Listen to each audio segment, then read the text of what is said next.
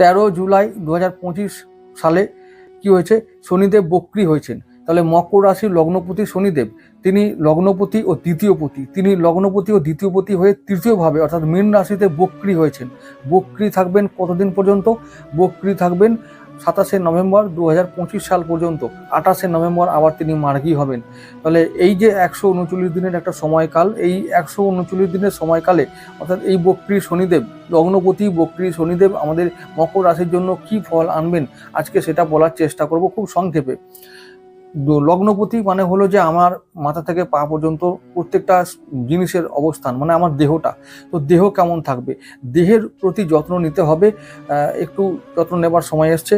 কারণ প্রথমে বলে রাখি, এই যে তৃতীয়ভাবে যে আমাদের যে শনিদেব বক্রী হচ্ছেন, তিনি নবম ভাবে দৃষ্টি রাখবেন। তো তো নবম ভাব আমাদের ভাগ্য ভাব। তো তাহলে ভাগ্য ভাব অর্থাৎ ভাগ্যকে উন্নতি করতে গেলে আমাদের কর্মে উন্নতি করতে হবে, চেষ্টা বাহুবল বাড়াতে হবে, সব কিছু বাড়াতে হবে। তাহলে আমরা সেটা বাড়াতে গিয়ে ব্যস্ত হয়ে পড়ব, মানে কর্মে ব্যস্ত হয়ে পড়ব।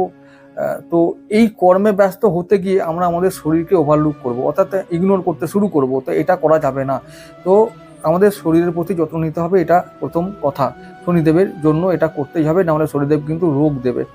দ্বিতীয় পতি মানে আমাদের সঞ্চয় পতি, তিনি আমরা কতটা সঞ্চয় করতে পারবো, কতটা আমাদের ভবিষ্যতের জন্য সঞ্চয় কতটা করতে পারবো এবং কতটা ভালোভাবে করতে পারবো, কতটা বেশি করতে পারবো, কতটা কম করতে পারবো, এটা বিচার করে দ্বিতীয় ভাব থেকে। দ্বিতীয় ভাব মানে হলো কুম্ভ রাশি। দ্বিতীয় ভাবের অধিপতি তিনি এখন তৃতীয়ভাবে আছেন, মানে আমরা চেষ্টা করলে আমাদের এখন সঞ্চয় আমরা বাড়াতে পারি এবং সঞ্চয় বাড়াতে হবে, এই দায়িত্বটা শনিদেব কিন্তু বারবার বক্রী হয়ে তিনি আমাদের মনে করাতে চান।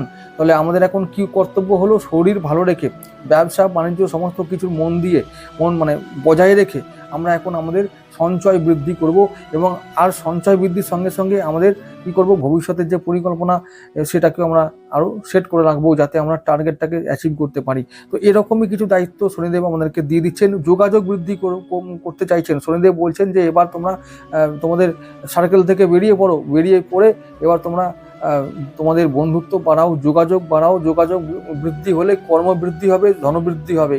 বাড়ি থেকে এবার একটু বেরোতে বলছে শনিদেব। তো এরকম এই দায়িত্বগুলো যদি আমরা সঠিকভাবে পালন করতে পারি তাহলে কিন্তু আমরা মকর রাশির মানুষেরা ভালো ফল পাবো বক্রী শনির কাছ থেকে। এগুলো মাথায়